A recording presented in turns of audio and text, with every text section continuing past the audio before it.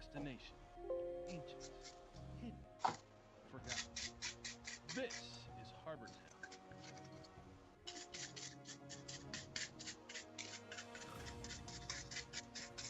Harbor Town is an all-new series from Miniature Building Authority, the leader in tabletop gaming series. Unique, flexible, and playable, Harbor Town will take your games to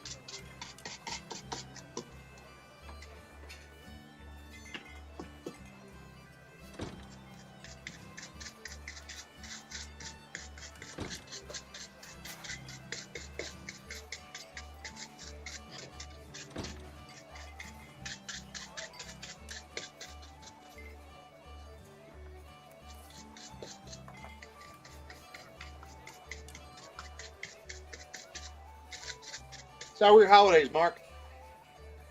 They were pretty good. Nothing really elaborate, just very simple. That was us too this year. Yeah, we had nothing to do on Christmas Day.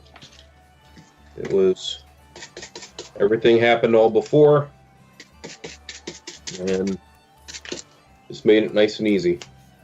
That does make it nice and easy. Yep. Because we're at the point now we don't go anywhere Christmas Day. It's like if you want to see us, you got to come here because we're not going anywhere. Yep. It's for the kids. It's not not for us. We want them to be able to relax and enjoy their Christmas Day.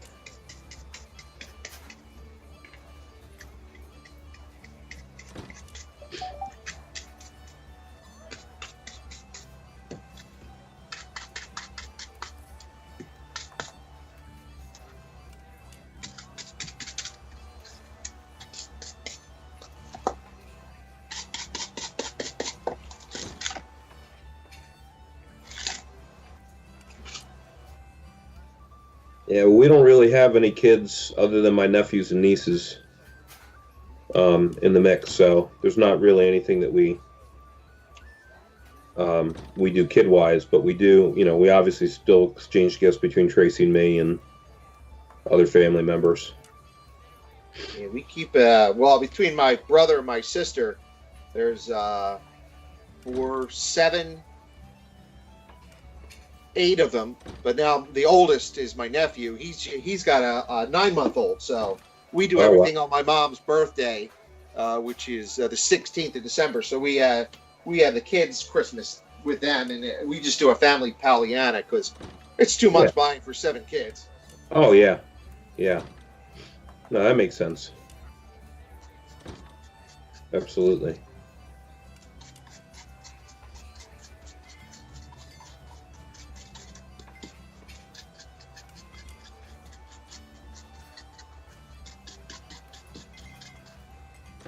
You gonna trade your Flyers jerseys in for a Columbus jersey? No. Oh, it's bad. They are so bad right now. Thomas said he can hear our conversations online.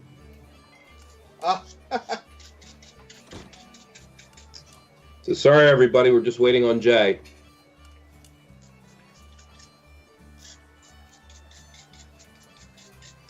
Where? We're waiting on me. Where? Okay. Oh, you. All right. Oh, thank God. But that was harrowing, that game, man. But that was good. That was good.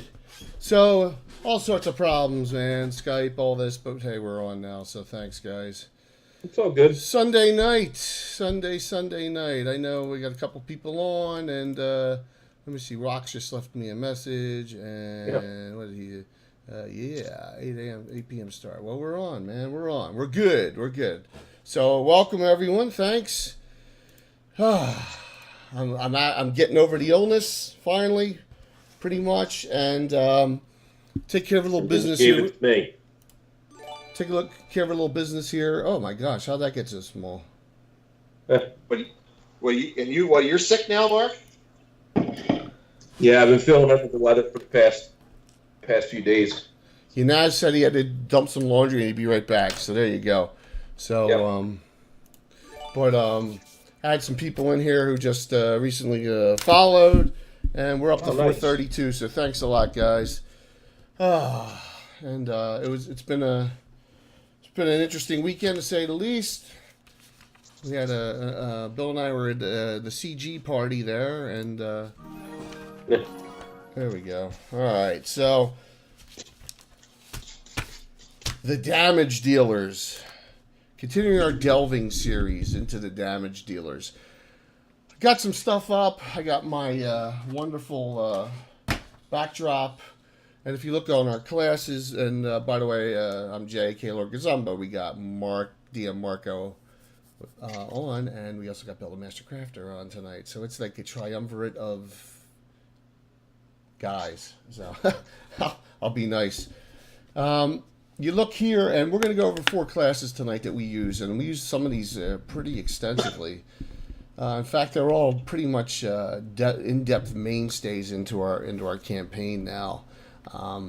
Some of them, and we're going to go over them in time frame as far as age, how old these are. So if you look on, and it's up here too. You look up here, we have Archer should be right up here somewhere. We have Archer right here, very high up. Then Cavalier. Then we have Saxon because it's basically a subclass of Cavalier. And then Duelist is like its own special. It's all the way down at the bottom here, but we'll go over the 4. Tends to be these classes are a lot of times are picked for one reason or another, but tend to be because some of these guys can womp out a lot of physical damage. So, Mark, when you think of those 4 classes, and Bill, what do you think of? What character comes to mind right off the bat? Do you think? So to me, out of any, the worst one out of all of them, and it was not even really abuse; it was allowed within the rules. Was probably Lector. Yeah. And yeah, absolutely. I have a special discussion for him if you noticed on the notes on the second page. I did. I was just seconding it because he could be pretty nasty coming around. I mean, everybody that's seen all of our regular games and see some of the damage that some of our current characters do, frankly, it was nothing compared to some of those olden days. I mean, you would, to have a Drow Cavalier that's naturally gets two-fisted fighting with 2 magical longswords, getting 9 attacks every 2 rounds. God forbid he was hasted. The only thing that really I think helped you preserve the balance was the fact that Garnet's dice were always cursed, and somewhere along the line he would fumble in there and get himself out of the fight. Yeah, we're going to talk about him as a watch out for on each class. So I hate to say this, but for him to be your most memorable character is kind of torturous in your mind, isn't it? A little. What about you, Bill? Well, I mean, my experience is most of the old school Cavaliers were well before I started. So no, they're not. Probably the biggest runner of Cavaliers in the modern age is me. That's right. That's right. So, would you say Marcus, Cavalier Paladin, or would you say Kierg, True Cavalier? I'd say Kierg, right? Or Sasha. I mean, you got a bunch. I mean, that come to mind right off the bat that I would say are very memorable. Hey, Yeah, I mean, if you're talking pure blood Cavalier, then yeah, that would be a Keurig. Naz, look at you have a silver sword now. Woo!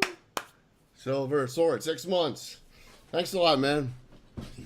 We really appreciate it. Yeah, so there's some guys that come to memory all the time, back, and I was just looking forward to this because some of these classes, I think, a lot of other players like Naz, you could use these. I mean, these are fantastic classes. So why don't we just jump right in, and we're going to go in depth of old time sake and just work our way forward in our timeline. I think it's the safest way to go. And if we go to the first one, which is in Dragon Magazine 45. That's a long, long time ago. Dragon Magazine 45. What do you think that's? Of course, it just says volume number. January of 81, we're talking. So, we're talking, I'm in 8th grade, right? I'm in 8th grade going into high school. Yeah, I'm in 8th grade at this point.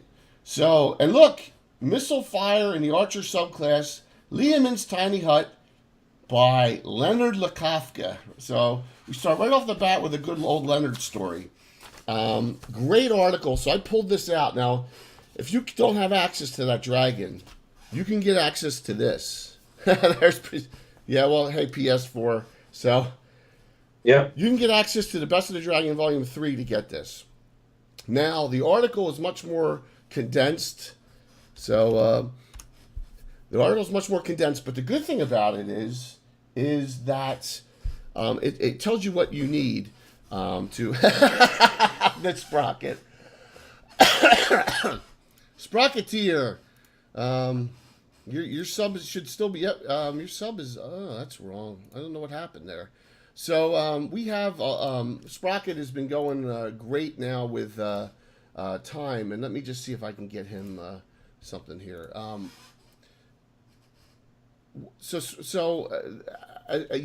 Sprocket's got the old school in it. But Best of the Dragon Volume 3 is a place to find this. And or you can ask me, and I'll get you the information for this. But the Archer Archer and Archer Ranger were made, and there was a really lack of missile fire back then, and it really was skewed toward melee combat. And I know what Leonard was trying to do, and it went the other way for a while. So everyone knows, Mark knows, Bill knows, the old school character we had back in the, and he made an appearance Thursday night. It was our good old Pete Moss. Walt's Archer Ranger, 18th level Archer, 19th level Ranger, an old school Monty Hall character. So you're talking about a character that was, with Archers getting 3 hours per round, was doing plus 18 points of damage per arrow, and there was stuff that was stacking. So Mark, what was the inherent problem right off the bat, you think? What was it? Well, I mean, when you're doing probably about 30 some points per arrow, or pretty close to it, and you're getting 4 to 5 shots per round, I mean, old school D&D was never intended to really be able to handle that. Right. I mean, right. If you were to put up, and this is where true quote unquote Monty Hall came into place. He talked to a lot of the old school players that really didn't know how to play. They were like, oh yeah, I took on Asmodeus, or I took on Lolth, or whatever. I mean, Lolth wouldn't even last half a round. Right. Even with negative 10 armor class, he's plus 18, plus 19, or something ridiculous like that. Yeah. You would just absolutely destroy anything that was in your path.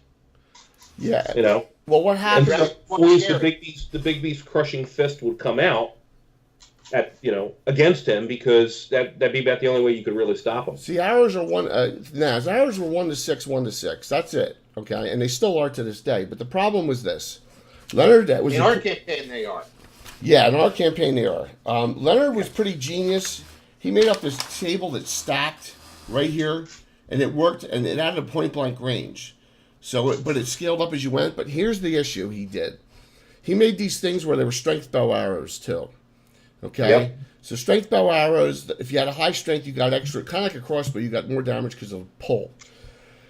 So the problem was this: in the old days, we didn't know what we were doing. We were stacking strength bow and made the magical strength bow arrows. It was crazy. So if you had an 1800 character, you got +3/+6 with the arrow, plus the magical plus the bonuses that archers got, and it was insane. So it took me a couple of years to figure out number one watch out for on archers: strength bows.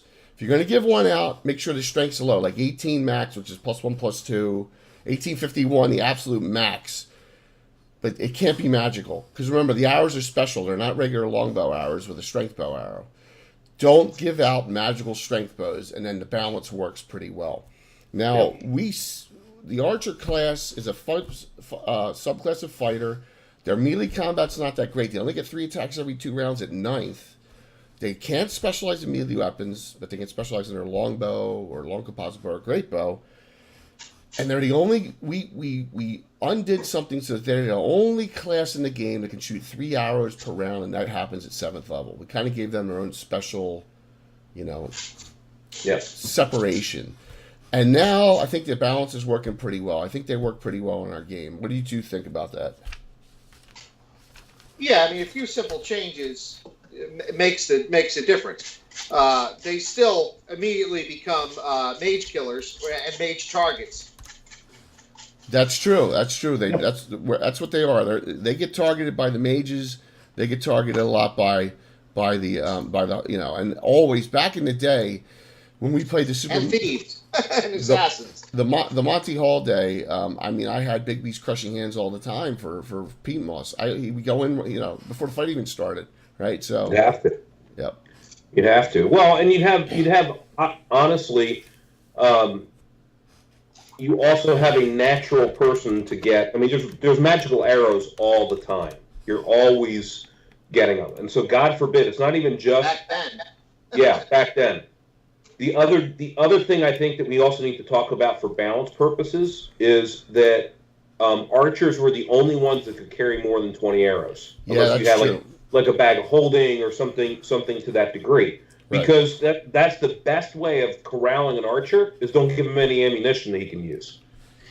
Yeah, well, we did it this way because they were running out of arrows so quick because of 3 hours per round that we allow them to do the double quiver rule, where they can carry 2. But there's ways around that: bags of holding, certain kinds of other carrying devices. So, but once we got through the early on issues, it's a great. I love the archer. I love the class. I do. I mean, Leonard did a great job with it, and it was just in our Sprocket. We've been working on that. We've been working on limiting the amount of reasonable stuff that people carry. We've been trying to tone that down. It's part of those quirks in the gameplay. I think that a lot of people don't. Encumbrance rules. It's just we try and make it reasonable with stuff, and it's all about continuing to keep the game balance, So well, and even with that, even to talk to that Sprocket, you're still most of the time, unless you're fighting two-fisted, which also became a specialty that you had to take. Essentially, you're only using one sword at a time anyway. So even if they're carrying 5 swords, big deal. It literally became more of a if you had like a specialized type of weapon for a certain situation, that's what you would pull it out for. Yeah. But other than that, PS4. What I've been doing lately, I have the +3 and +4 and +5 longbows are long gone in the game. I've been giving out +1, +2 longbows that have they do an extra point of fire damage, or they do something like that. Maybe 1 to 2 acid. I think I've only seen 1 +2 longbow given out since I started playing it. Yeah, I've really limited that now. In 23, 24 years, whatever it is. Right. So one of the rules that we pulled back on was that Leonard said that +1 bows and +1 arrows in the hands of archer functioned at +2, except for elves didn't get that, and I didn't think that made much sense. Elves get +1 to hit naturally. So we removed the +1 with the bows because I always thought elves should be a little better than humans with a bow, with a longbow, just the way the game went. So that's four long guns. That's funny, Sprocket. Yep. So we tried to figure that out, and tweak it, but they still get the extra +1 when it comes to a magical arrow. So we should also add, talk to this, that the class is all, and this talks about the balance of the game. The class is also limited to elven, half elven, human, and half orc. No. If I remember. Well, yeah, half orc too. Yeah, half orc. Half orc can be an archer. Yeah. Now, I did break one rule. Jay allowed me for role playing purposes. I actually have a dwarven archer. Yeah. It's an arch cleric, but her whole wish is to actually be an elf. Yeah. In the Omega Patrol. Right. Exactly. Yeah, absolutely. So but other than that, that's where it can get nasty, because if you had halfling archers, like I have Spooter, who's a guardian. And he has, close your ears, Bill, he has a +3 short bow. Oh! Plus he has 18 dexterity, and plus halflings naturally get +3 as well. So he's like +9 to hit. Yeah. Right off the bat. But here's the difference. Archers, it's longbow, long composite bow, or great bow only. Yep. We allow the fighter specialization of bows and the short bows still in the game in some other classes, but it never scales up, and it's right. nowhere near as high. So a halfling with a short bow can really do a lot to hit, but they really don't do as much damage. You know, right. In some instances, you know, maybe they get, you know, a fair amount, like +5 or whatever, but right. It's not any. The archer is the damage dealer in our game at range. So some key ones I just thought of off the bat. Number 1, I will not mention Alan's at all. His 2, we know who we're talking about, right, Mark? So yeah, okay. So, but I'll mention Zizix, and this is where we got a little abuse way. Zizix was a dual class. He went from archer to magic user. Dual class character, very nasty combo. And then Alan also has Arcturus, which is an archer cleric. So another multi-class, and he's half elven. Ace Broadhead, Tom's character, who's appearing and building up this training facility in our campaign now that we're doing at Winchester's Bulwark. He's a 10th level straight archer. So I like that you know, just he's only an archer, and that he's really, that's what only thing he concentrates on is archery. It makes sense for him to have the school. Another one that everyone I don't despise, but Jake Winchester, 9th level archer. He was on the defense of Winchester's Bulwark with Scorn, who's another one, an archer mage multi-class. So, and not that we don't like Jake. He's just a Winchester. Yeah, he's just a Winchester. So, any others come to mind for you guys? Yeah, I would say Leo McMichael. Yes, was Leo, an archer as well. Leo McMichael, archer thief. Yes.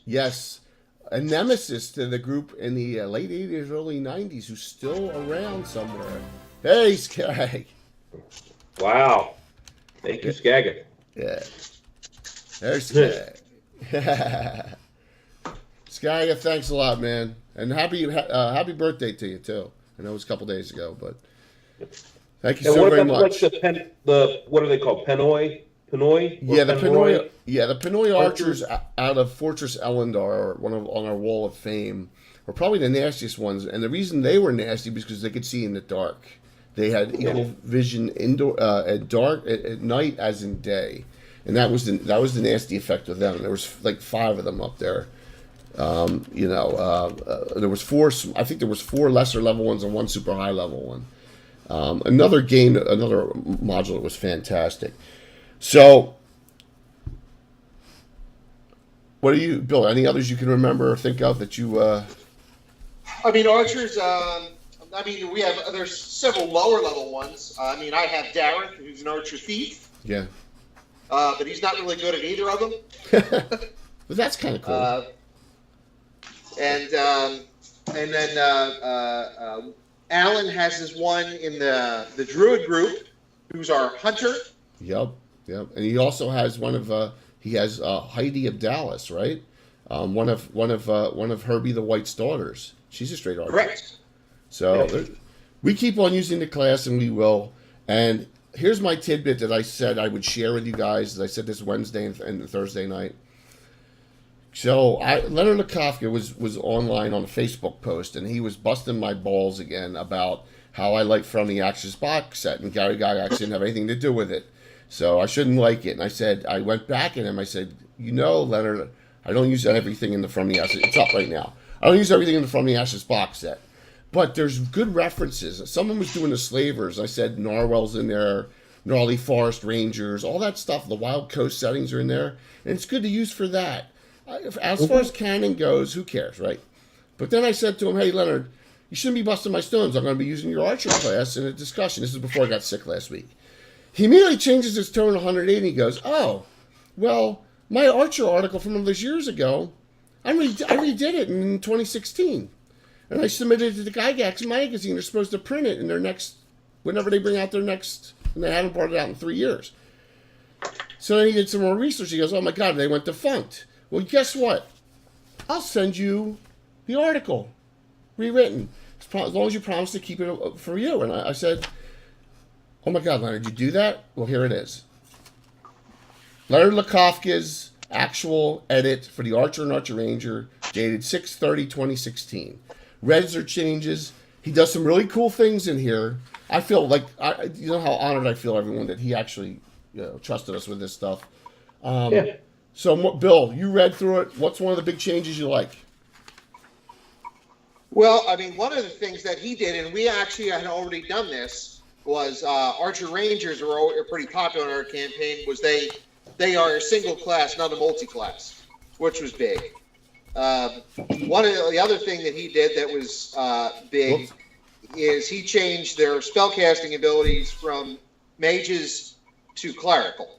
But yes, he made some changes. Honest, I was never a fan of archers getting spells to begin with, but it works. Yeah. So Bill and I are gonna work on this, and we have to implement something because he was nice enough to send this to us. We have to implement something when it comes to this. So Leonard, whatever you are out there, I know you don't like watching stuff online, but I've said thank you to him multiple times in emails and stuff. I mean, it was just so wonderful. It's a great. He really did some good work in here. So he upped the experience tables for Archer Rangers. He did some things, that we will implement here, in particular the spellcasting capabilities, where we'll make it optional to do mage or clerical or something like that. So we're gonna definitely gonna implement something here. So. You also want to have any discussions about the new Archer class, the Harrier Archer that Bill? I was thinking about doing that and delving on really specialized classes because the Harrier Archer is probably not as much of a damage dealer because they're a level below, but it's a good idea. Just like I'm not doing Elven Cavalier for the Cavalier on this one, so I think we'll save that for another discussion because they got a lot of special abilities. But it's a good idea. I appreciate that, Mark. Because we're going to have one of Bill's custom classes coming up at the end of the night here, too. So yeah, I think we need to do a show of all of Bill's custom classes. we could fill it in. Yeah. It's been, and that's the great thing. Like you said, we've talked about this multiple times. Take what your players bring to you and work it up and make it, incorporate it into your game. Hey Skag, by the way, if you see you got a VIP, you got your VIP badge too. So thanks, man. And any of my players who you think anyone else who deserves one, we will be working on. We got 9 more badges that we can give out. So because we have our chat upping and our ranking going up and everything. So thanks a lot, and really appreciate it.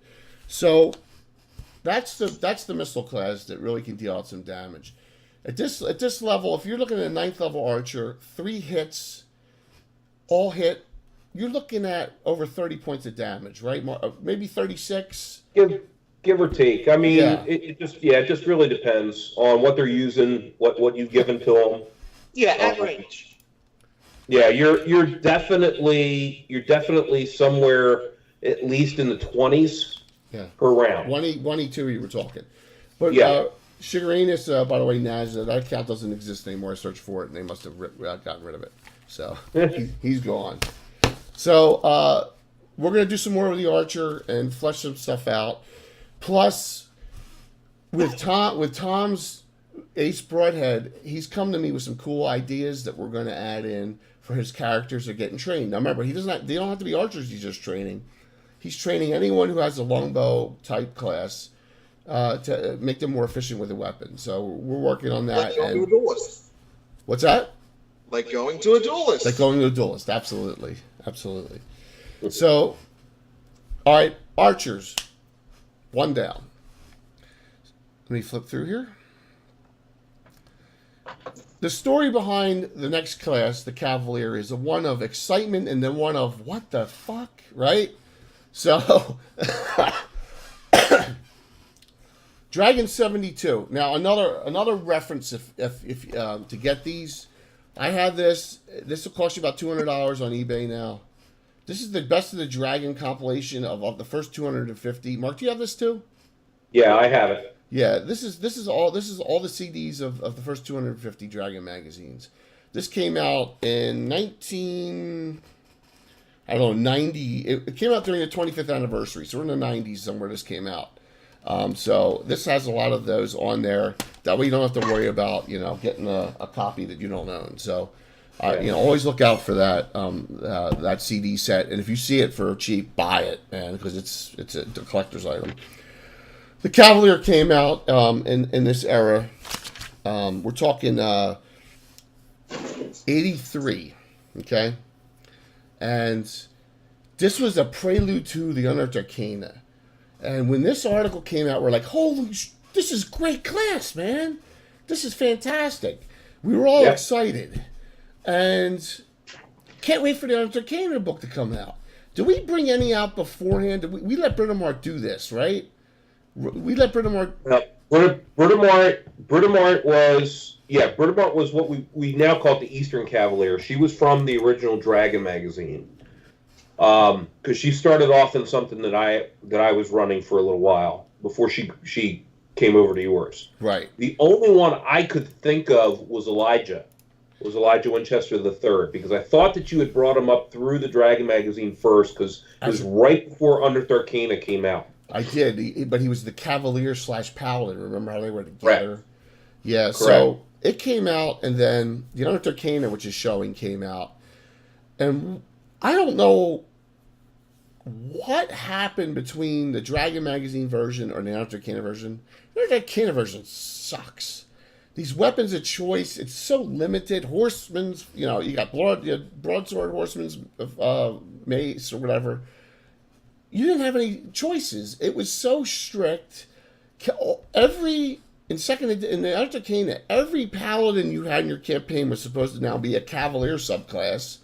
Whereas in this article, it said you can make a Cavalier Paladin. They didn't switch all your fighter paladins over. It really put a wrench into the works. And we were, I'd say, 5 years fighting with it, maybe even 10. Bill, I mean, we were still messing with it when you started playing in the early 90s, right? We were just switching it over, so there was a lot of characters converting at that time. So we had the Unearthed Arcana Cavalier, which all the Winchesters were those to start. Cavalier Paladins. So you had Emerson, you had Elijah first, then Emerson, then Andrea, then Elaine. Those four, okay? All right, and this is the chit table out of the Unearthed Arcana. Gave you a whole bunch of weapons you could be proficient in, and whether or not you could specialize in them. And the one cool thing was you couldn't specialize in the two-handed hacking weapons, like the two-handed sword or any of those, but you could take it as a weapon of proficiency. And I thought that was cool, and that gave you a little flexibility. But there were a ton of cool weapons you could single double specialize in. And the really neat thing was the fighter specialization was +1 hit, +2 damage. The Cavalier was +2 hit, +1 damage. I thought that was cool too, Mark. Didn't you think that was pretty neat that they did that? Yeah, it was good. It was a good switch. It gave you an opportunity to do something a little different. So we were in a conundrum for years, and we couldn't figure out what to do because it just was a mess. And all of our really cool old school fighter paladins We didn't want to switch them all over to Cavalier because it didn't fit the classes. It didn't fit Right. David Kratovus. It didn't fit Gil-galad. It didn't fit all those Nope. characters. So we were in a conundrum. So we said, because we didn't use the eastern side of the map, Sunday, Iron Gate, we didn't use that area in Greyhawk. We said, well, Bryn Mawr came from over there. The Arthurcana style we're going to use for the Cavaliers from the east. And then everyone else, the Cavaliers, it's like the style and the Keelan and stuff like that. And that kind of was the explanation for it. And it still just didn't feel right. It just didn't feel right. I hated the Arthurcana Cavalier with a passion. And I guess sometime in the 1990s, oh my God, sometime, listen to me, it's like almost 30 years ago, I just said, screw it. We're all going to switch over back to this. Cavalier Paladins and Cavaliers are going to go back to the Arthurcana, and that's our main focus on Cavaliers is the Arthurcana article now. So, and we don't, the Dragon Magazine article, we don't use our Arthurcana. Right. So the cool thing is they get a ton of specializations. They have to take Lance at first level. They get a second level. Second, yeah. Second, they have to specialize it, but they have to be proficient with it at first. Right. Then they specialize in it, and then at fourth level, they can get a weapon they can specialize with. And every other level, they get that. And they get some really cool abilities. This is the first sight of field plate and plate armor. And that was cool. Because in first edition, Plate Mail was armor class 3. And you're like, why? Field plate was in first edition. It did, but it didn't say anything about it anywhere. It didn't say much. Yeah, it did. It was in Dungeon Master's Guide. Yeah, okay. It wasn't in Player's Handbook. So we're like, why is Plate Mail and Shield 2 and what's 1 and 0? It didn't really say that much, right? So then they explained in this article about Field Plate, which is base armor class of 2, and Full Plate, which is without a shield and base armor class of 1. And we're like, oh my God, great new hardcore armors. So we made we've enhanced this class a lot. And the main thing is, Bill, what is the number one thing that we added to the Cavalier class with armor? That we add to it? Yes. Armor, concerning armor. Concerning, proficiency-wise. What is... Armor, well, they're equivalent of armor mastery. They move faster. Exactly. So a field plate or full plate's a 6-inch movement rate, unless you're a Cavalier Paladin. Then it's a 9 movement rate. So you're inherently able to maneuver. You have an advantage over fighters and any others that are wearing this super heavy armor, being the Cavalier class. That's the main thing we add in our campaign. Now, along with our feat system, a lot of these other proficiencies can be taken with other things. So when you think of the oldest school Cavalier, you think of Bryn Mawr, right? She's a 16th level Grey Elf female Cavalier. She's hot. She's super hot. Yep. So when Bill and I did the year-end review, we did the Violet-Eyed Lady. Go ahead, explain the Violet-Eyed Lady to us, Bill. Oh, the Violet-Eyed Lady is the greatest bar in the city of Altamira. Exactly. And run by the greatest bard ever, Kruk the Half Ogre. Kruk Halfling Bane. And why is it called the Violet-Eyed Lady? Well, because he's got the hots for the hottest Cavalier ever. Yes, he has the hots for Bryn Mawr, and he has made it so that he has dedicated an inn to Bryn Mawr. Bryn Mawr has never set foot in the place. at least 15 to 20 men, elves, half-elves, humans have all, I don't count Garth, have approached Bryn Mawr trying to, because Bryn Mawr is like... my character Elijah was serious about a serious member. And then a long-term relationship with Bryn Mawr when we first adventured, right? He tried and tried and tried. And then he said, I'm not getting anywhere. This is ridiculous. And then he became a realist and moved on with his life, and now he's very happy, right? So Bryn Mawr's one of those unattainable female characters that Walt has had for all these years. Probably one of the very few that are not completely insane, right? So, or maybe in a different way. But so that's the pinnacle of the Cavalier in our campaign. Some other Cavaliers I brought up. Kjörg, that's Bill's Cavalier in the Legion. Marcus Camara, his Cavalier Paladin in the Iron Brigade. He has a unique item. He has the Tensor's Boots of the Running Warrior. He can move a full movement rate and attack in the same round. He got them in the campaign Return of the Eight when we freed Tensor. What's that? Yeah, Return of the Eight. Return of the Eight. So he has a distinct, really cool advantage. So Yeah, the charismatic half-orc, that's Garth Naz. That's Garth Warmonger. So yeah, that's Alan and Garth. So no. Mark, how about a couple of yours? Well, I mean, honestly, I don't tend to play Cavalier types. You don't? I have an Elven Cavalier in Ameldor, but typically speaking, I never really liked the concept of the Cavalier Paladin, simply because the fact that if you read the Unearthed Arcana article, it talks about how Cavaliers are basically they stick their nose up at everybody. So they're very much like, if you read the Dragonlance novels, there is a character that is in there from the Knighthood, from the Knight of the Rose. His name is Derek Crownguard. And they're extraordinarily arrogant. If you play the class as it's supposed to be played, basically, they're going to die really quick because they will always take on the strongest opponent. They will never run. They'll never sneak. There's no strategy. It's always just offense, and off they go. Like the very first thing that they encounter, they don't ask questions. It's literally they just run in and just start hacking stuff up. And that's not the way it should be played. When you're evil. That's definitely not the way they should be played. Cavaliers in our game come from an upper class aristocracy, whether it's the Winchesters in Keelan, whether it's the elves out of the Grails out of Selene, wherever it is, it's a background thing more than it is a play thing.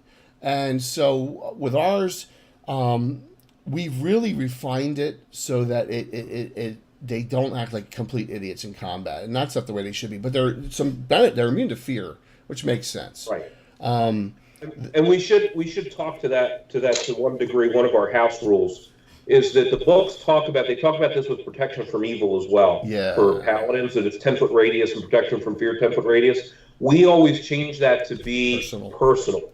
Yeah. Simply because the fact that you would never then have everybody would be huddled around. Yeah. The paladin through the entire adventure. Hey Jeremy. Hey Bill. Jeremy's on Solios.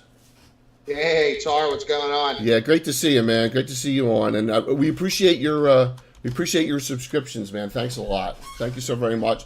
Solios is an old with Sublime. I know him since 2004. A great guy. Old WoW buddy from the Lordaeron Rangers. We had a great, and Bill was in that guild too. He was our super tank. Super tank, yeah. So good to see you on, man. So we really refined the Cavalier. I like the Cavalier class. You really need to figure out a background that you're coming from. Now, in 2 weeks, we're going to do delving into the Paladin, and we're going to talk about the differences between the Cavalier Paladin and the Fighter Paladin, because there is a huge difference between the two, and we will go over that. But needless to say, we made some differences between them. So let's just leave it at that. So another super high level, and this guy's not overpowered. Alan's character, Herbie the White, he's an old school Cavalier Paladin, and he's never been overpowered, and he's been very balanced character, and he's like he's the one who has the White Tower north of Winchester's Bulwark. So he'll be interacting with the new group of firsts as well. So just give you some ideas. I started painting it. Yes, that's great. That's cool, man. We found that old figure. So Mark brought this up earlier. What do you watch out for with over damage and abuse? The answer is this. Hey, Sprocket! Skag had hit you up, man. I was gonna do it. I was about to do it. So hey, Skag. Skag, man. Skag, you are the man. You are absolutely the man. Thanks so much, man, for doing that for Sprocket. Thank you. Appreciate it. This is a class meant to have a shield, okay?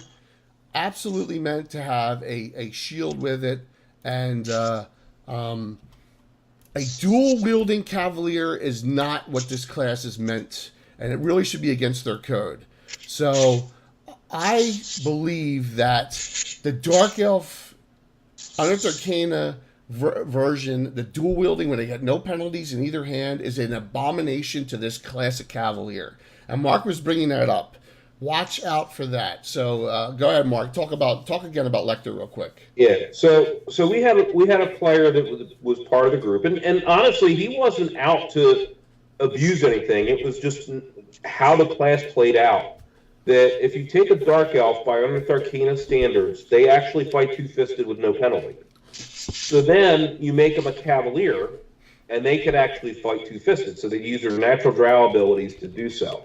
So you then couple that with the fact that Cavaliers have the ability of upping their strength further and further, which means that they can get to being like 18-0-0, so which makes them +3, +6.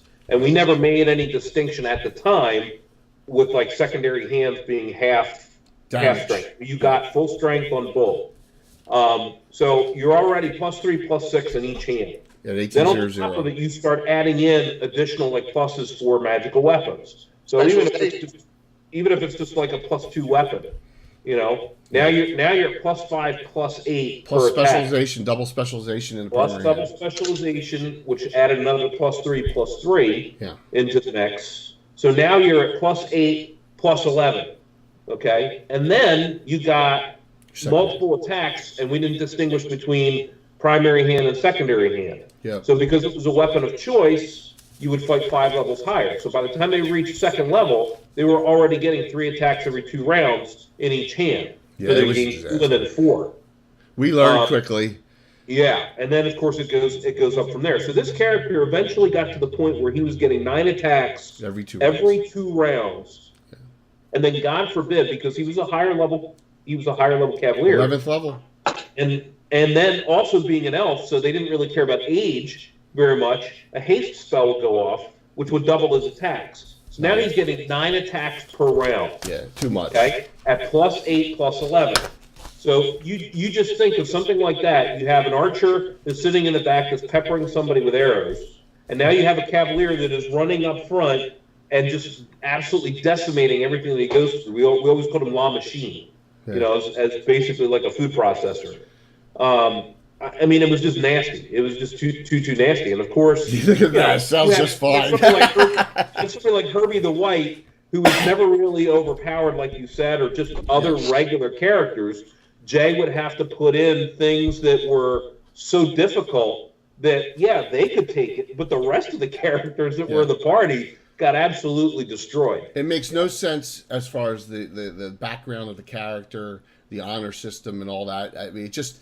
The dual wielding is not the Cavalier style of fighting. Not as a player character, I would say. Right, absolutely. Now if you did it as like evil drow, that I could understand. But that would be like a specialty class. But what we've done is I've gone back to the D3 drow, which use a lot of bucklers. They don't fight two-fisted either. The R.A. Salvatore did more to damage the Dark Elf. I'm sorry, guys. I don't want anyone unsubscribing because I'm saying this. But he did. Forgotten Realms Dark Elves really screwed the pooch on Greyhawk Dark Elves. They did. Yeah. They're so crazily... It's like the clan in Battletech, right? It's too much. And it just went the other direction. So that sounds just fine. I can't believe that's funny. So... Cavaliers can increase their strength, con, and dex when they go up on level with dice rolls up to 100, /01 all the way up to 0, and then they can get increased stats up to 10th level. So we kind of limited the way that started too. So we took, they still can do that, but we kind of put some little limitations on it. And once again, this is all going forward as you played over our 39 now, New Year guys, 2019, 39-year plus campaign. So that's something to look out for. Look out for getting Cavaliers at 1800 strength too quickly as well. I mean, by 9th, 10th, it's fine. Don't let them get it at 5th level because you're going to have some issues. A 9th level Cavalier with a longsword should be able to deal out roughly with 2 hits plus 9 damage. 30. 30 is about the right amount for 2. Now, straight Cavaliers, they get multiple attacks quicker than Cavalier Paladins. So straight Cavaliers at 6th level are already on the multiple attack table as fighters are 7th. And at 11th, they're getting that fire every 2, where fighters get it at 13th. Just remember that Cavaliers do get it faster, not Cavalier Paladins. Right. So, and plus the other thing is that what we also found was there wasn't enough, like everybody was moving more towards these types of fighter classes and getting away from straight fighters, which is kind of what drove us to do some of the things that we did for straight fighters, which we'll talk about at another time. Absolutely. But, Absolutely. Yeah. So, Cavalier. Here's a weird thing I didn't know as we move into the next class. Was the Duelist came out the next month. Mm-hmm. The Duelist came out in the very next month in 83, 73. And I think this is an overlooked article. Now, I know there's a lot of kit classes in 3rd edition and 3.5 for Duelists and stuff like it, but I've always had a soft spot in my heart for the Duelist. I think if you play it right, it's a cool guy or gal to play because they have their own code. They're not lawful. They can be chaotic good, but they can't be lawful good. Chaotic or neutral, they have to be. They can't be a lawful class. And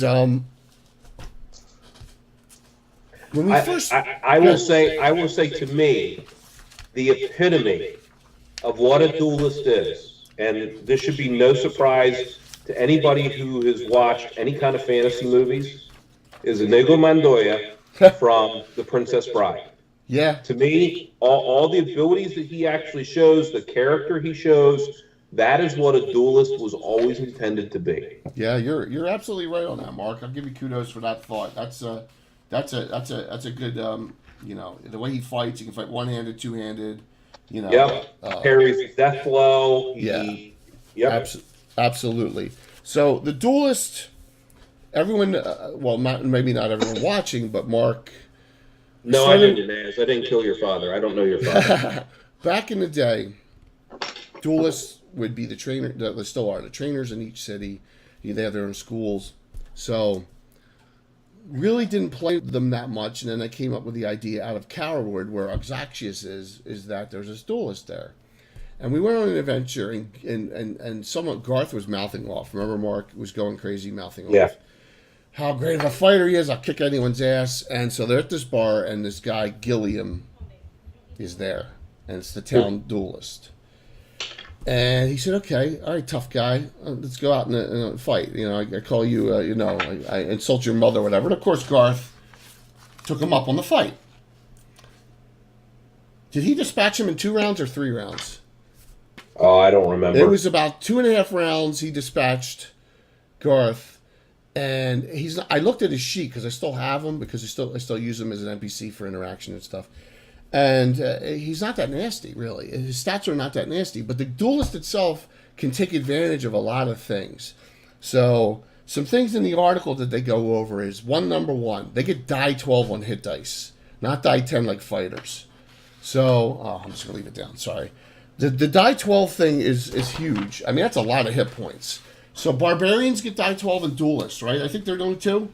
Yes, they're the only ones. They're the only 2 to get die 12s for hit dice. Unless you go to the Plethora of Paladins article. Yeah, the Lyran Paladin stuff like that. No, we're not going to do that. But so duelists get die 12, and they're technically specialized with any weapon they fight with in both hands.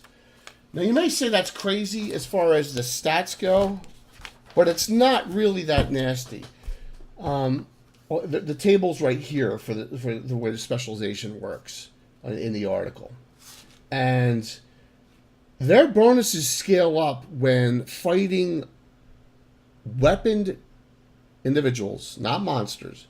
So they get an armor class bonus, they get 4th level +2 when they're fighting weaponed individuals. So fighting just plain monstered armor class is what their armor class is. But also starting at 4th level, they're +1 hit, +1 damage with all weapons in both hands. Okay, now they have their dex penalties and all that, but it's 2 weapon less. So if they have 18 dex, they have no penalty in either hand. If they have 17 dex, they're -1 in their secondary hand. So, so they have these abilities, but when they fight, say they're fighting. Let's just go. Say they're fighting longsword, short sword, and they're fighting a cavalier who has longsword shield. Well, this combat bonus versus same weapon kicks in then.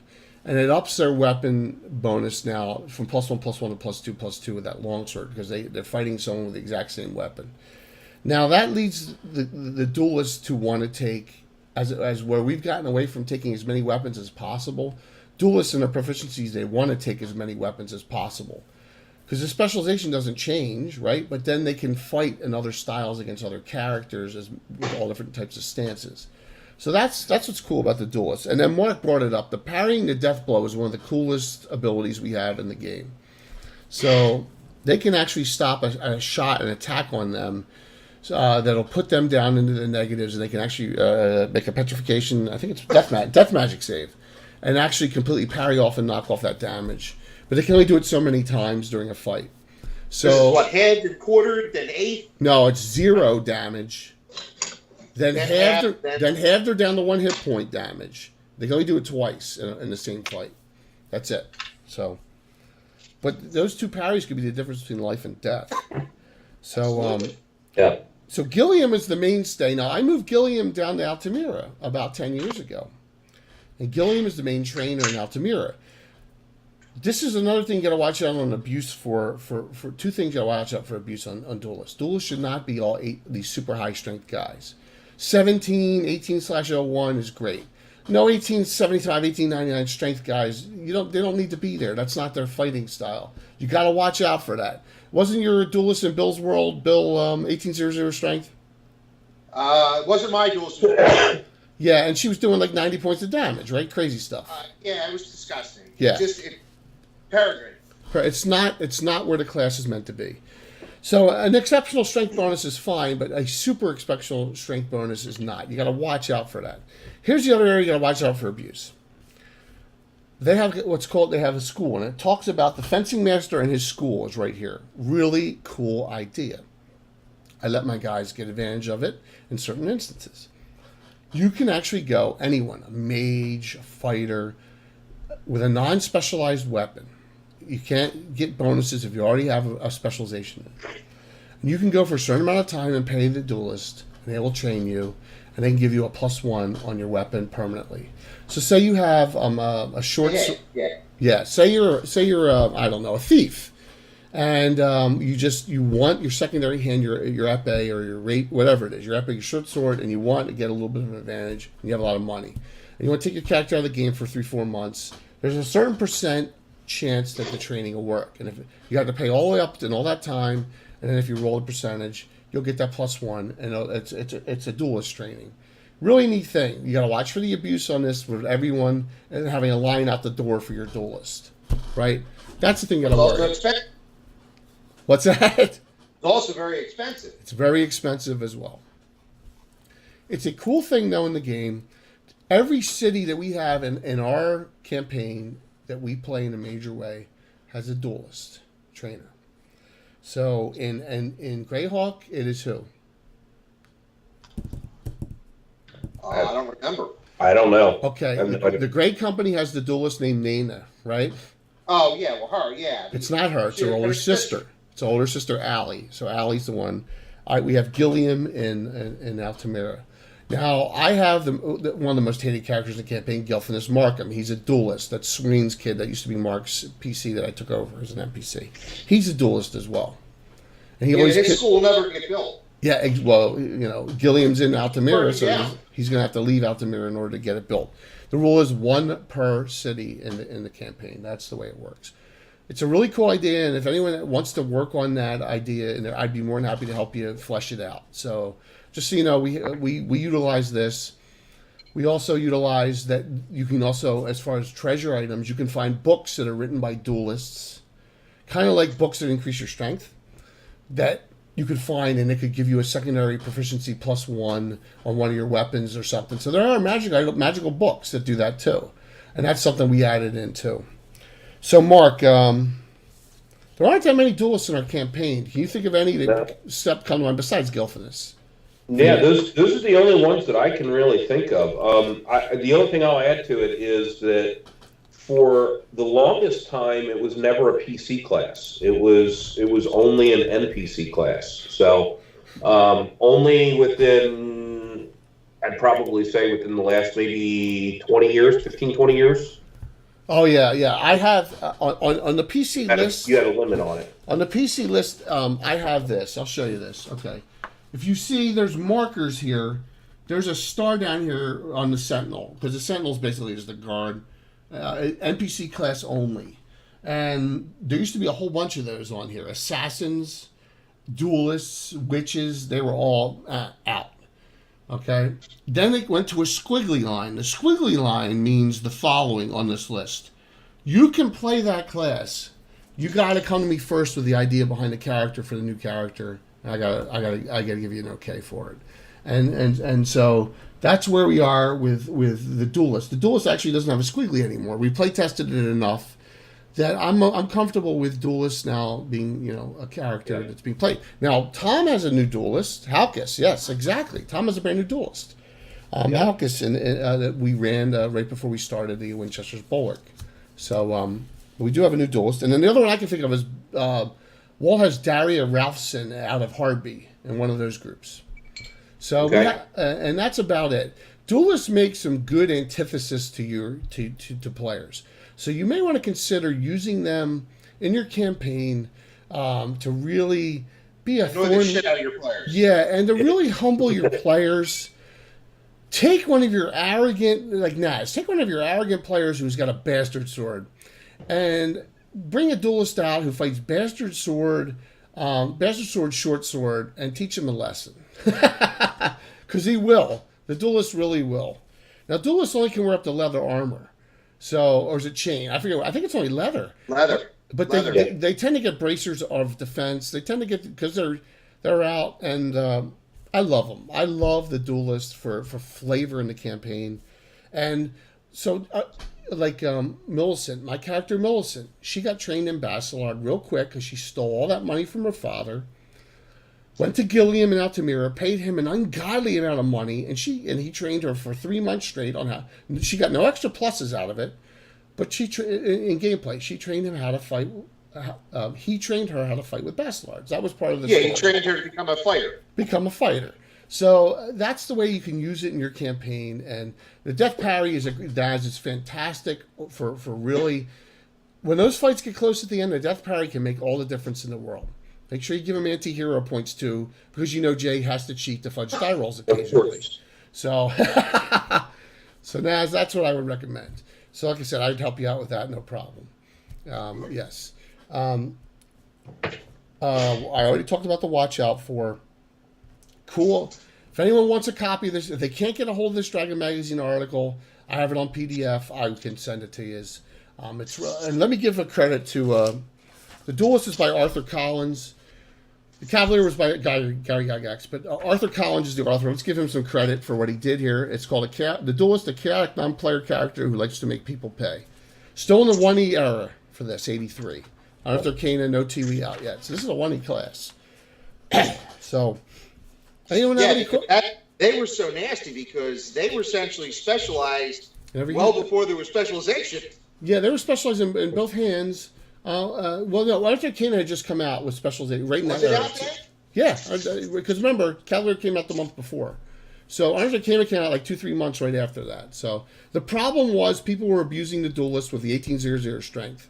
And that's the number one abuse thing you could do. But anyone have any questions about any of the classes we've discussed so far? I know we started late tonight. You see Mark's got his Alshon Jeffrey jersey on. Man, what a way. No, I got my jersey on. Oh, okay. I'm sorry. 17 is my number. Alshon stole it from me. What a way to win the game, huh? So. Oh, yeah. Unreal. Anyone else have any questions online about any of those so far? I mean, I know, once again, we can bounce around and discuss some things. I got some really cool announcements again at the end of the night, too. So we're going over all the notables because they're really... I use this class to really womp on against with baddies. I mean, this is a great bad guy because they're chaotic, a chaotic evil, neutral evil. Even a chaotic neutral duelist is a thorn in the side to venturing parties. And look at Gilfinitz. He's in the party and everyone hates him. So, yeah. Okay. The fourth and final class. So damage. Their table moves up real quick on duelists. To the point where they get, if you're looking at, so because they get this in both hands, at fifth, they're 3 every 2. That makes them 6 every 2. So they're 2-4, 2-4 in both hands at 5th level. So they really get nasty at 10th, but let's just say 9th level. 6 every 2. On that round where they get 4 attacks, with specializations at +2/+2 and +2 weapons, +4, +5, and they hit with all of them, you're looking at damage around 40, right? If they hit with everything? Around 40 for a duelist, which is a little higher than the Cavalier. So they can really womp out some damage, but then it's over more attacks. So, well, and also in a hand-to-hand fight, they're not going to do as well because their AC is probably not going to be as good either, and their strength isn't going to be as good either. So, Rocks, the updated Archer I can't send you because I promised. I cannot send that because I promised him that because we haven't even implemented it. But I will do this. I will send you the old Archer.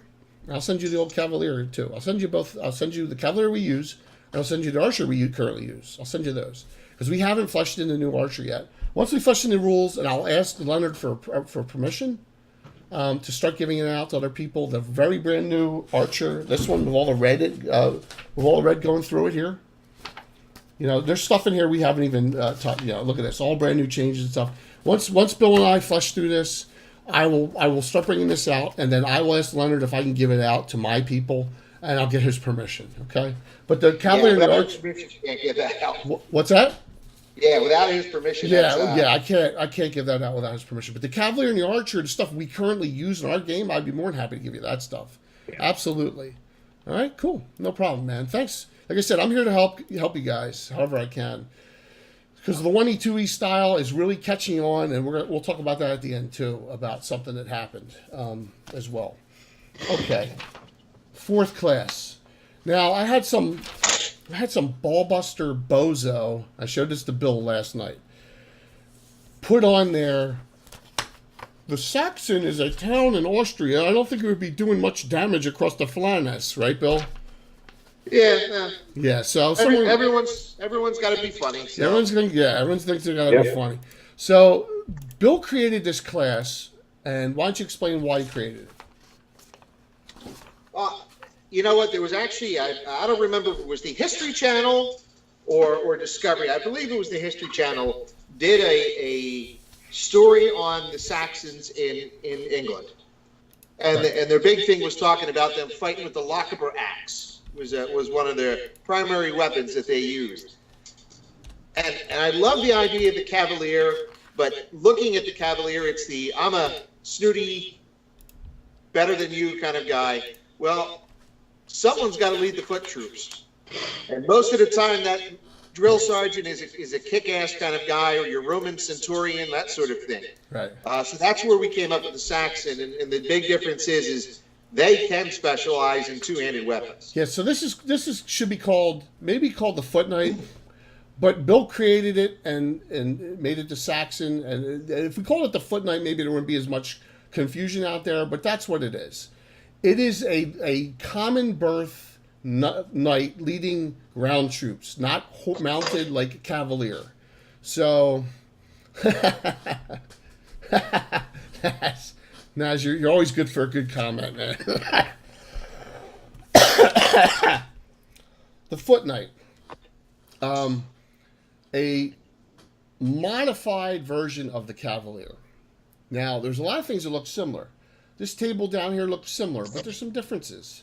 The specializations, the +2 to hit +1 damage for single specializations is the same, but there are differences.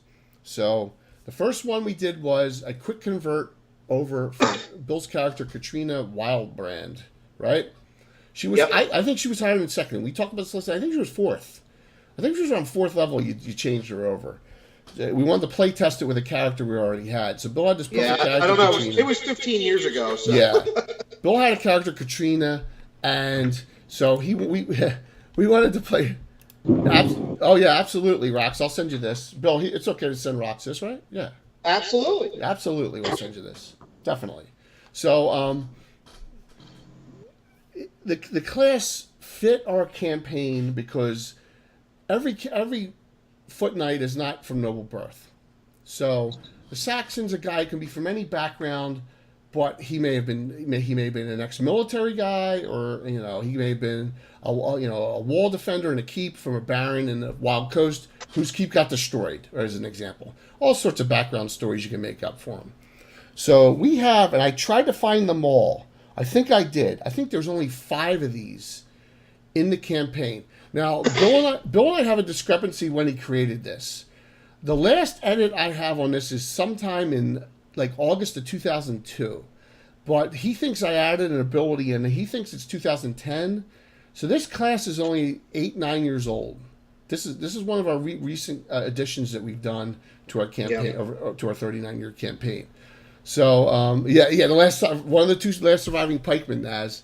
Yeah, well, absolutely. But no, Mark has one of those guys. The son of, right? Cloudway Existence? Well, I did until you killed him. Yeah, well, that's right. I did kill them all.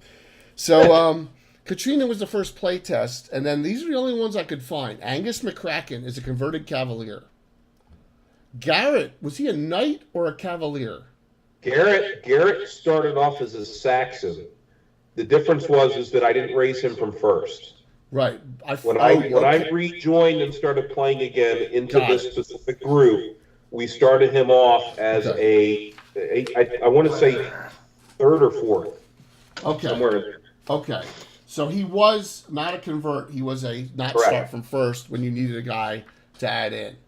I should tape it. I should get smart and tape it or something. Okay. And then I have Enorian, who was a cavalier. That's the Doublemint twins, right? One of Lena's she did not start as a Saxon. I think he has a fighter mage thief and a cavalier, and he converted her to Saxon. The only first level brought up Saxon we've had after all these years so far is Bill's character Steyer, and his figure is the mountain figure from what's the company? Well, it's Dark Sword Miniatures. Dark Sword Miniatures. The mountain figure is actually Steyer. He's the only Saxon we've had brought up from first. Now I'll tell you this. Go ahead, Bill. Talk about him real quick. I mean, well, Steyer is he's got famous parentage in our campaign. Probably a great grandson of Big John Studd. But he fights oddly. He'll fight with his main weapon is two-handed sword. And he's filled with dirty fighting and that sort of thing. But he fights with two-handed sword going monkey grip. So he fights with two-handed sword single-handed and shield. Yes. Cool He stuff. really wants to do a lot of damage, then he drops the shield and just cleaves. Right. So here's the difference. The number one difference between, there's actually 2, but the number one difference between a Saxon and a Cavalier is this: Saxons can double specialize with pole arms and two-handed sword and even saddle sword, whereas no other, you can't do that even with straight fighters. Right? So the halberds, all that stuff, they're the only class in our campaign that can double specialize with a pole arm. Any two-handed weapon. A two-handed weapon. So it leads to massive damage, especially against giants and things like that. I mean, these are the melee top of the food chain damage dealers in our discussion, by far. We've seen critical hits with 2 attacks, one critically and one not, where Steyer's done 60 points of damage. Yeah, against large creatures. Against large creatures, because you're doing 3d6 or you're doing 2d12 for a halberd or whatever. Right. But still, the 1d10 two-handed sword with all your pluses at like +10 and 2 hits. I believe he's +7, +10. Yeah, it comes up almost to 40, and you're only 5th level. So it's some massive damage early on. This is the top of the food chain in damage dealers in our campaign. Yep. And Garrett is nasty too. I mean, he's +8, +10. Yeah.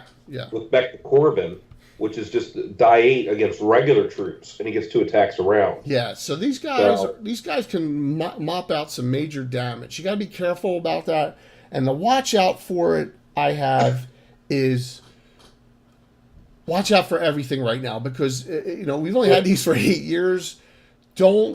Once again, they can train up their stats just like a Cavalier. Don't start them with 18/strength. Start them with like 17/50, 16/90. Start them somewhere there. Don't start them in that 18/ because by the time they start up and they get to 5th, 6th level, they got 18/00. You're gonna have some really super nasty damage. So start them in that range. Don't let them really cap out early on in that. They're Yeah, not their immune. drawback is they don't use a shield. Yeah, When they're fighting two-handed, Correct. so they generally will have worse armor classes than cavalry.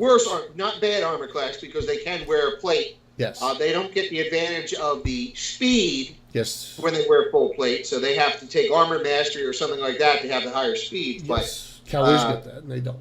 Yep. But they do have lesser armor class than a Cavalier would, or a high-level specialized fighter. Well, and plus they also they get defensive training for free automatically. At 5th. They Yeah. get a defensive training, which is a proficiency / feat that we use. We kind of, one of the few things we pulled from 3rd was, in lieu of, we have that special proficiencies and feats kind of mixing together. Hey, Anna, that's okay, Anna.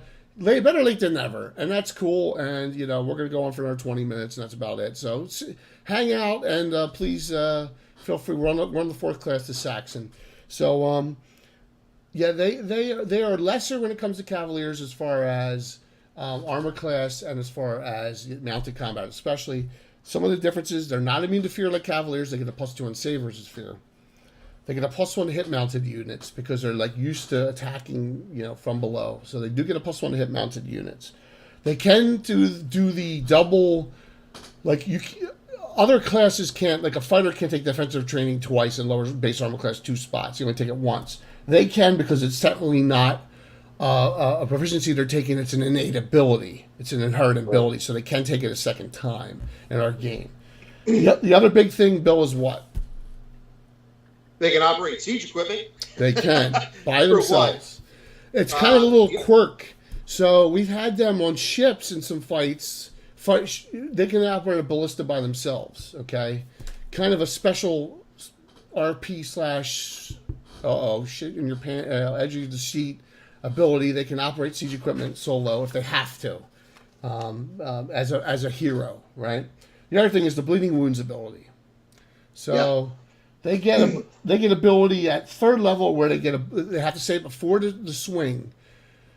On a hit, they'll get a bleeding wounds, which is half their level in hit points per your levels out. So a 4th level Saxon will get 2 points per damage on that hit. Kind of like a sword of wounding, 2 points of damage for the next 4 rounds. Or half the number of rounds. Yeah. So, no, it's that number of rounds, half the damage. 2 points of damage for the next 4 rounds. But they have to state that before the swing. They can't say it after you hit. So, master skill. What's the question now? So we can be a little more specific on that. So, and they get die 10 just like a Cavaliers and all that. They don't get the die 10 +3 like a Cavalier starts with. Cavalier starts with 13 base hit points, and Saxon still starts only with 10. So they don't get that extra +3 hit points. So there are some differences when it comes to the They also will not take mounted combat. They will not take mounted combat. They're not fighting on horseback, and they can build fortifications and attract followers just like a fighter. So they can. They also don't generally use propelled weapons. Right.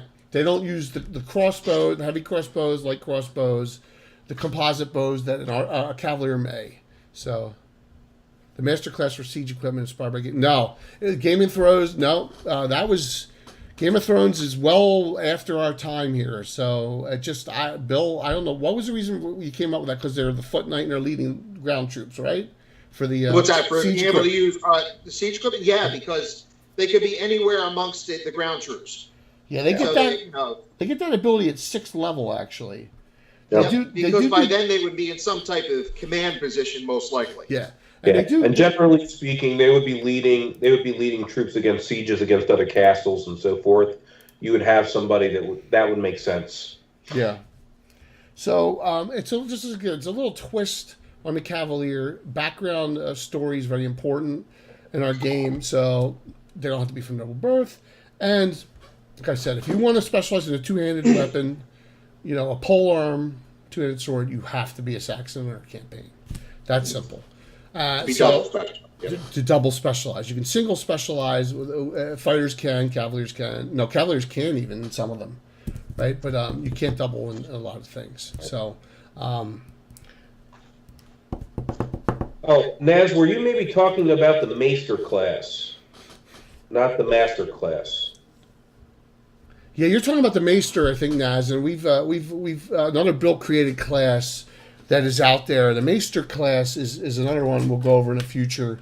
Yeah, that is one that we did take from I took from Game of Thrones. Yeah, that's definitely a Game of Thrones one. Yes, the Maester. We'll go over that in the future. The Maester is you know how in D&D, we can talk about it real quick because you brought the question as. You know how in D&D, scaled down sage. You don't have classes that do your alchemy. Like, you don't have your crafting classes. You don't have one to do armor. You don't have someone to do, musical instruments, or this is where the Maester falls in ours.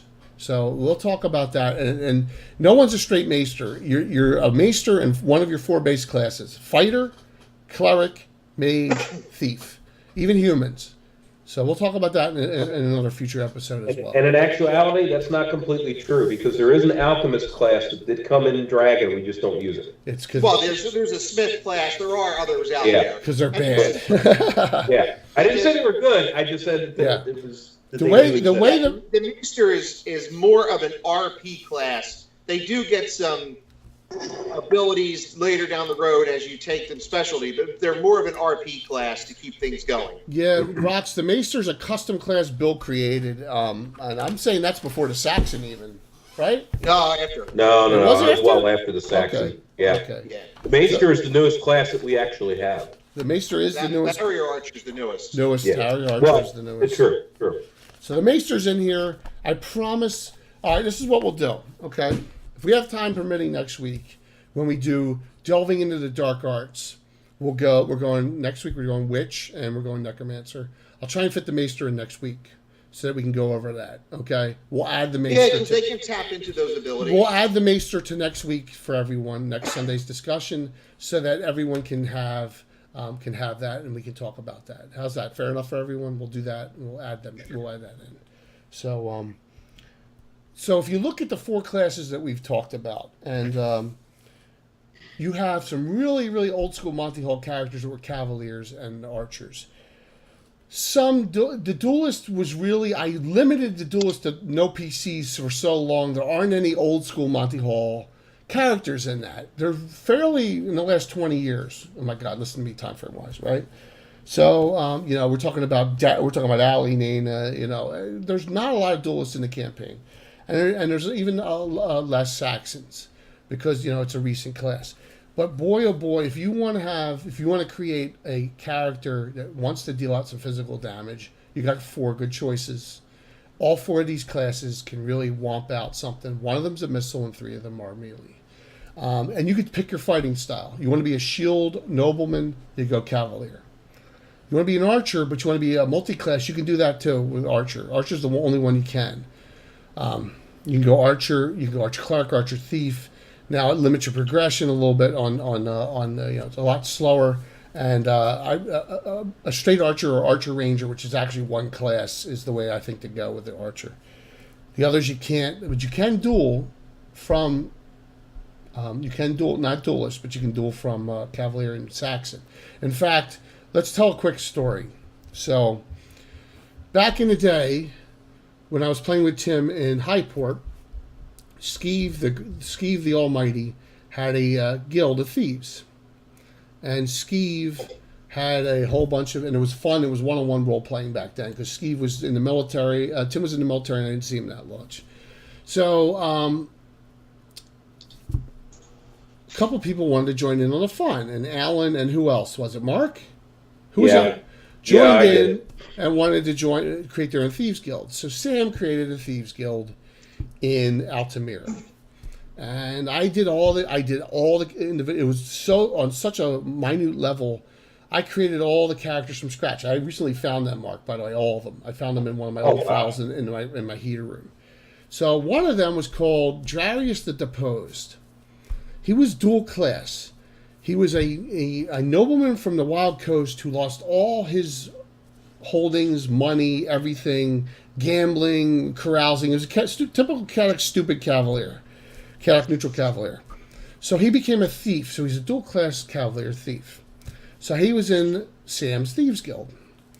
And he always failed his thieving attempts. And instead of running away, he would break the person's arm, he would knock them out or hit them, he'd do something stupid and he'd always get arrested and put in jail. And Sam would always have to bail him out, and Sam couldn't stand him. But he didn't know what to do with him. So when the big fight ended up at the end of the Highport thing, and no, it was Leuven. Sam and Leuven, two halfling thieves, got assassinated, and awful things got done to their body, and Skeeve found them. Sam took off. Well, Sam took off and left his thieves there with no guildmaster. He just left. So they were left hanging out to dry, and Darius the Deposed, who was a very, very, what should I say, has a long memory, motivated to find Sam and seek lifelong revenge on him for being a cowardly shit and leaving Highport. So what did Darius do? Found out where Sam was, moved there to Altamira, and guess now, after all these years, who's the head of the Thieves Guild in Altamira? Darius the Deposed, a dual-class Cavalier thief, right? He has one rule. There are no halflings, gnomes, or dwarves allowed in his guild because he hates them so much because of Sam. So now this is going to be bubbling up to a head at one point, and he's pretty high level. He's like, I think he was 9th level Cavalier. He's like 13th level Thief now. So there is such thing as a dual-class Cavalier, and this is one instance. And if you noticed on the entry screen, for any of those of you who showed up, I had Darius has a very short fuse. So Gilliam's, I had a little scene where Gilliam's was fighting all Darius' thieves, and the salty dog killed them all off and said, next time Darius the Deposed wants to slight my honor, come yourself. So CAC neutrals fight each other all the time, and that's one instance of that. So that's a little story on a dual-class Cavalier. So, for Bill, Mark, any other stories from any memorable characters for any of these classes? I'd probably say that the only other thing that comes to mind is in most of the cases, like Winchesters that were, like you were the first one to actually do the dual class, like Elaine becoming a magic user afterwards. Which was a good, a nice balance between. Yeah, it was a good change. Yeah. To be able to take a character that had been used for quite a while, and then be able to still gain life out of that character. Yeah.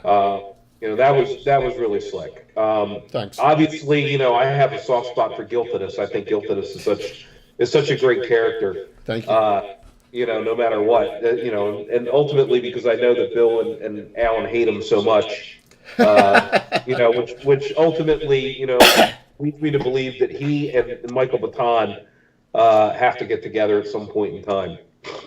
Oh my God. Yeah, they would be special together. Absolutely. Well, I took that. And when Fritz gets up to higher level, then we're gonna have a temporary. The three amigos. Yeah, yep. A Winchester's going to kill off Fritz because they know it's not his real name. Yeah. So we'll see what happens. We'll see what happens. We'll see what happens Thursday night, right? So, well, that's cool. How about you, Bill? Anything did you want to bring up for any of these four classes? No, it's funny though. We did an adventure. I'm going to say it was probably 4 or 5 years ago where modern day characters got to run with old school characters, and I got to run Marcus, who's by Cavalier standards is pretty high in the modern day, probably the highest level Cavalier in modern day, and just 12 doesn't stand up well against old school Monty Hall characters. Oh yeah, absolutely, and that's why it's called Monty Hall. If anyone doesn't know what Monty Hall is when you don't know what the hell you're doing and you're fighting Tarrasques, and you're fighting dragons every week. That's Monty Hall. Without breaking the sweat. Without breaking the sweat. You already killed King Arthur in his court. I mean, what do you do now? Yeah, that's you're just pulling monsters out. I mean, and that's the play style when you're growing up and you're in 8th grade and you don't know what the hell you're doing. And it's called Monty Hall. But those characters we were able to incorporate into the game in the RP end. Like on Thursday night, Pete Moss, highest level archer in the game, shows up with Exactus the Master Bard. He's not there to fight. It's there for interaction purposes. And that's the key as a DM is to don't ever take a resource of a character. Even if you retire them, you can take them and down the road and you can use them for something. You can use them for interaction. So Yeah, you got all the cool items back in the day. The Helms of Brilliance are long gone, Anna. The Robe of Eyes are long gone. All those really great items are out of the game. I throw in some good items, though, occasionally. As Naz would tell, like Twal's Mummified Member. Really powerful items. I'll throw them in occasionally. So. Yeah, it's a +1 weapon. It's great. +2, I'm sorry. +2. It's a good weapon. So I'll throw them in. But it's like you said, it's part of being a DM. Don't ever throw away a resource that you have. Keep that and use that for future. Use that for at some point where you can actually, And I love that we're throwing.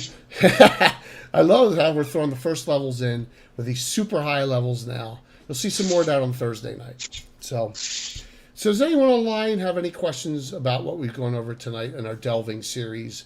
It's been very successful. This is our third one, and we're going to continue this next week. We did the Specialty Priest first. That was fantastic, and then we did a little delving into the Elementalists.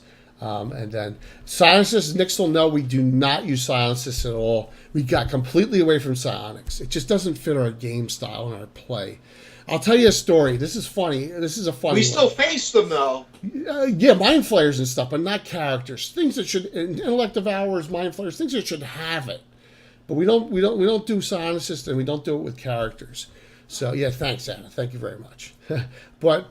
So we created, and this is in the days of some of these, the Waynes and the Derricks of the world. I actually came across a new group of first. Mark was playing, and all these guys created characters. I hadn't looked at the sheets.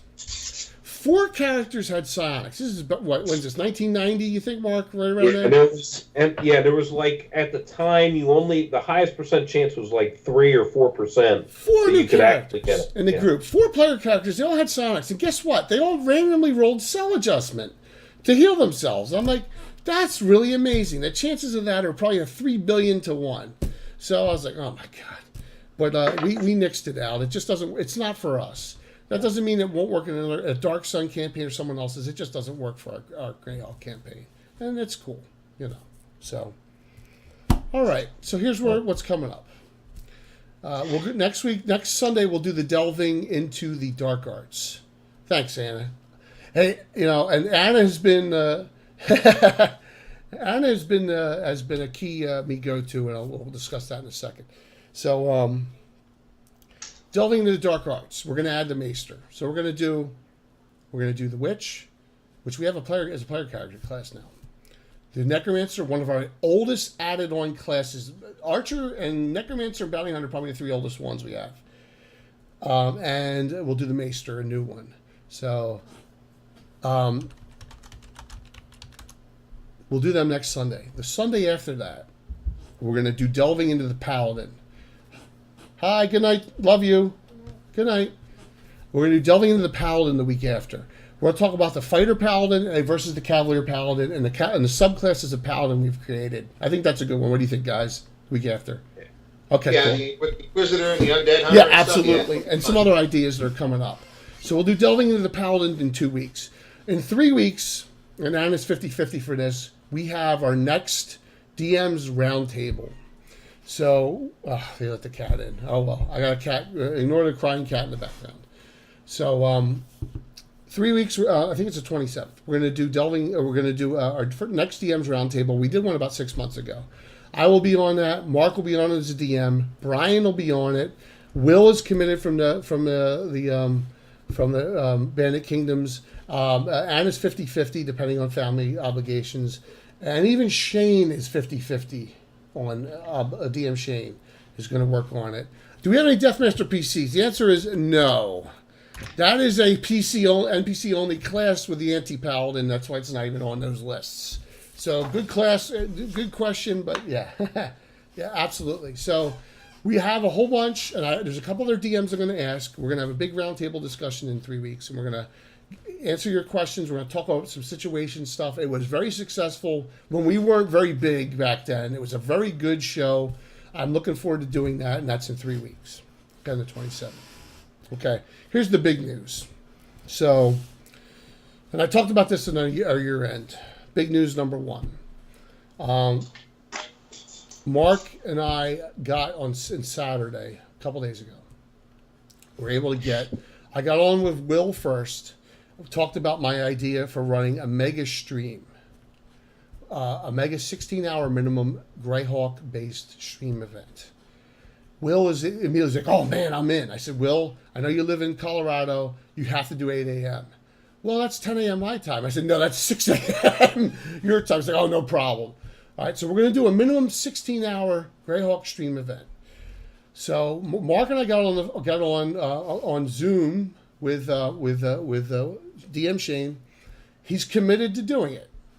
So we're going to run 4 different DMs, 4 different play styles, and 4 different all types of ways we do it, and even 4 different editions. But it's going to be a Greyhawk story.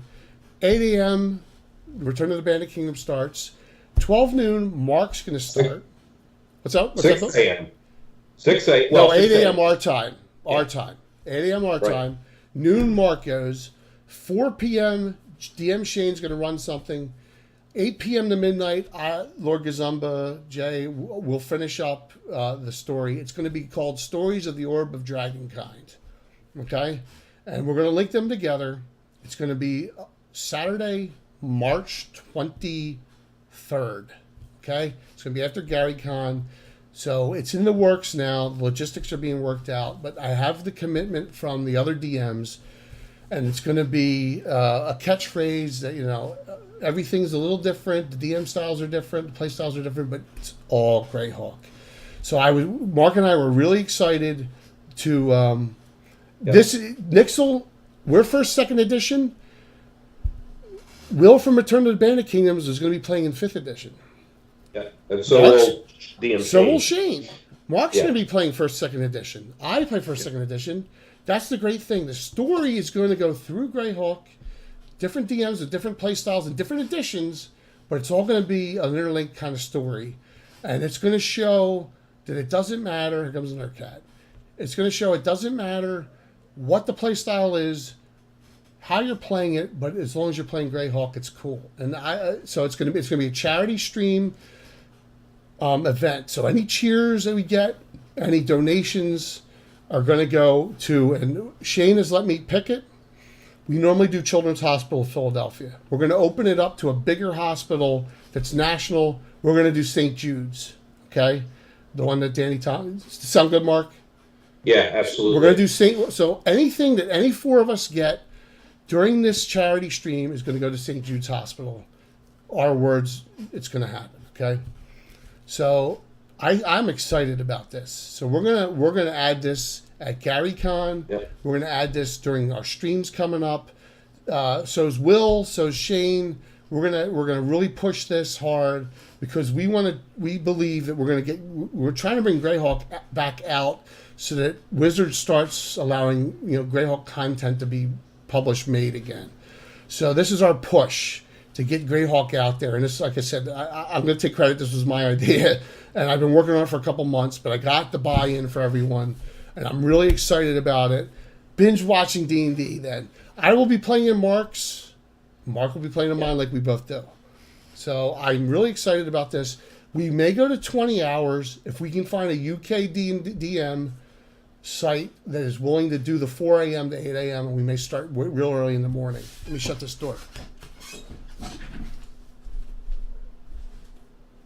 All right. So we're looking at a minimum of 16-hour stream on our own channels. So if someone runs late on a channel, it won't matter when the other one runs in. There'll be crossover. Greyhawks. Nixel, you're just wrong on that, man. And Anna will agree with me. Greyhawk is, yes, absolutely. Oh, I understand what you're saying now. Greyhawk did, yes, it did. Wizards really hasn't paid attention to it. Anna is the number 1 proponent of Greyhawk out there, and we are running with it. And I brought all these ideas to Anna. I said, Anna, this is what I want to do. And she said, run with it. So and if Anna had her campaign back up and running, she'd be part of this too. So, I offered it to her, but she's not ready to run at that point yet. So that's the great announcement I have is that we're going to be doing this. I am stoked about it. So, Mark, what about you, man? I'm explicitly excited about it. I mean, it's a fantastic idea. Just the continuity that we'll have between the 4 different groups, the storyline that will continue. You know, I know it's going to be an awful lot. It's for, you know, somebody to actually watch through all 16 hours, maybe 20 hours worth of stuff. But you know, the fact of the matter is that we collectively as Greyhawkers, you know, we love the storyline behind it, and in order to not necessarily force Wizards' hand, but to get them to understand that, hey, that there's still an awful lot to be gained here by promoting Greyhawk types of campaigns and storylines and so forth. We think that this will add to it.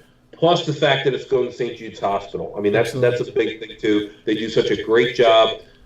You know, I have had friends that have had kids that have gone to St. Jude's as well. So it's a really, really important place. So if you do have the opportunity, if you don't give to anything else, if you want to give to that, that would be absolutely fantastic. You know, because they can use all the sponsors it is that they can get. So Naz asked a question. Our time, Eastern Standard Time, U.S., Naz, it would be 4 a.m. to 8 a.m., okay? Which would be, what, 9 a.m. for you, roughly?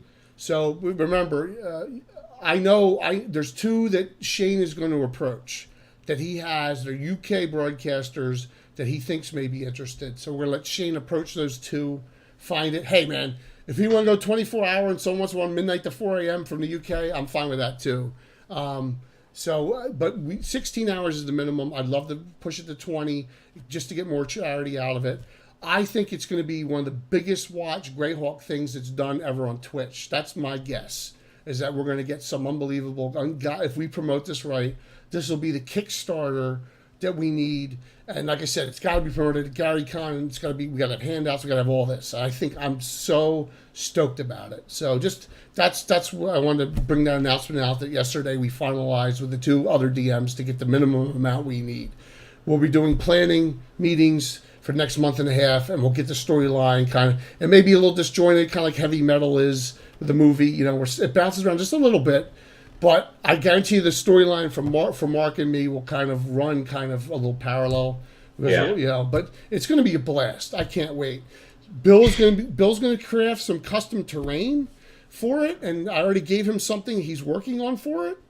So Master Crafter Bill's going to have some stuff he's going to do for our final set, and that's why I'm going last for the final. I might even buy an airbrush to do it. Yes, for the final coup de grace. We're going to have some new stuff showing on our table as well. So, okay.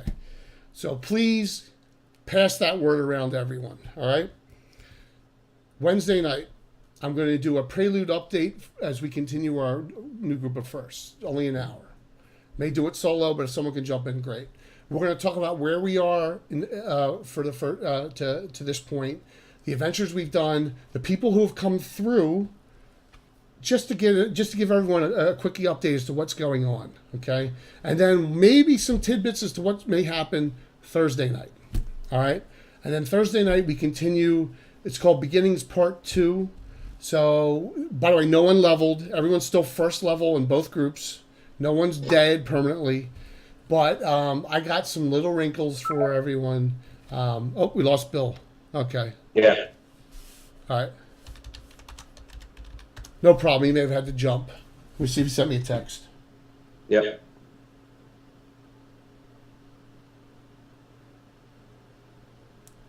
Okay. Well, if Bill had to go, no big deal. All right. So we will do that. I'll do a quick. It'll be an hour max update prelude. Update from 840, prelude for 841 for our new first at Winchester's Bulwark.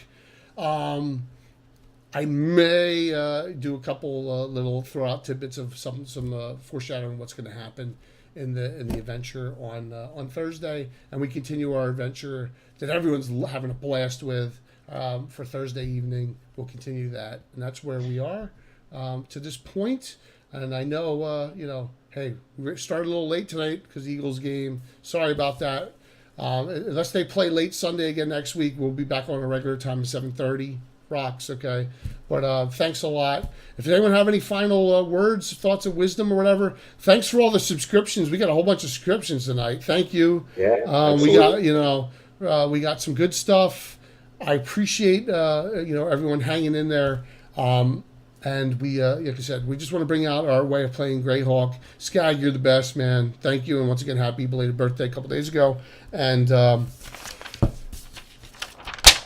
it was a good one. So I will see you guys all. I'm doing a lot of traveling for work the next couple of days. So I may not be available on Discord or Facebook chat or whatever, but I'll get a couple ads up here and there. Have some fun with stuff. Rocks, I'll send you some information shortly, a little bit. But just remember this: doesn't with our long broadcast coming up. It doesn't matter the edition. It doesn't matter the play style, as long as it's Greyhawk. Hey, that's the way to go.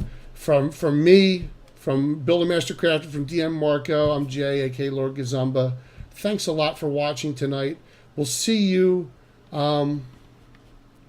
This is stuff you need to community to contribute. Good. See, are you talking about for the long thing, Nixel, or are you talking about for us? As far as I'll say one thing, as far as us with materials and all, we all are. This is our hobby. So we all work their full-time jobs, and we all have the capability. So. Of supplying things. If you want to set up and you want to become like a Twitch subscriber or something like that, or cheer occasionally or whatever, where you're located too, you can help us out with that. Getting the word out's the way to do it. We always appreciate. Okay, but just please feel free to make sure. I think you have, but if you haven't, just give us a follow. We appreciate that. I think you have, but if you haven't, just throw us a follow. We want to hit 500 as quickly as possible. It's another threshold. It's going great. Thank you all. And I like I said, I'm humbled. One more thing. I'm sorry. So Shane approached me about DMing on his channel, on the Greyhawk channel, and I said to him, that is one of the most humbling things you could ask me. He asked me to do a weekly game on his because he has no tabletop miniatures play style at all. And he has no 1E, 2E on there. And I can't do it. The time frame I don't have, I have to dedicate to my channel. I would love, so I said to him, I'll do some special events for you. And maybe once a quarter, I'll do something on a Saturday night. But I am maxed out on what I can do. Mark, because I have to have all my players there. I can't, it just wouldn't work. But I wanted to know that he reached out to me to DM on the Greyhawk channel. And I politely said, I wish I could, but I can't. So, we'll work some things out where we do joint things. We're going to do some joint stuff at Gen Con, but that's way down the road. So I just want to throw that out as well. Thanks, everyone. Having a blast. Mark's having a blast. Mark's group, Slap, is up a week from Monday. They're not up this Monday. They're up next Monday. So we'll have a whole bunch of stuff the week after, content-wise. But I'll see you all Wednesday night. I set it for 8 p.m. I'm going to start it a little bit later. That way I think you get more viewers that can hop on a little bit later. So we're going to go 8 p.m. Eastern time Wednesday night for our update and prelude for the next adventure. See you all soon. All right, Mark. Have a good one. See you. Have a good one. Thanks. From the edge of the sea, from the edge of time, back into destination. Forgotten. This is Harbor Town.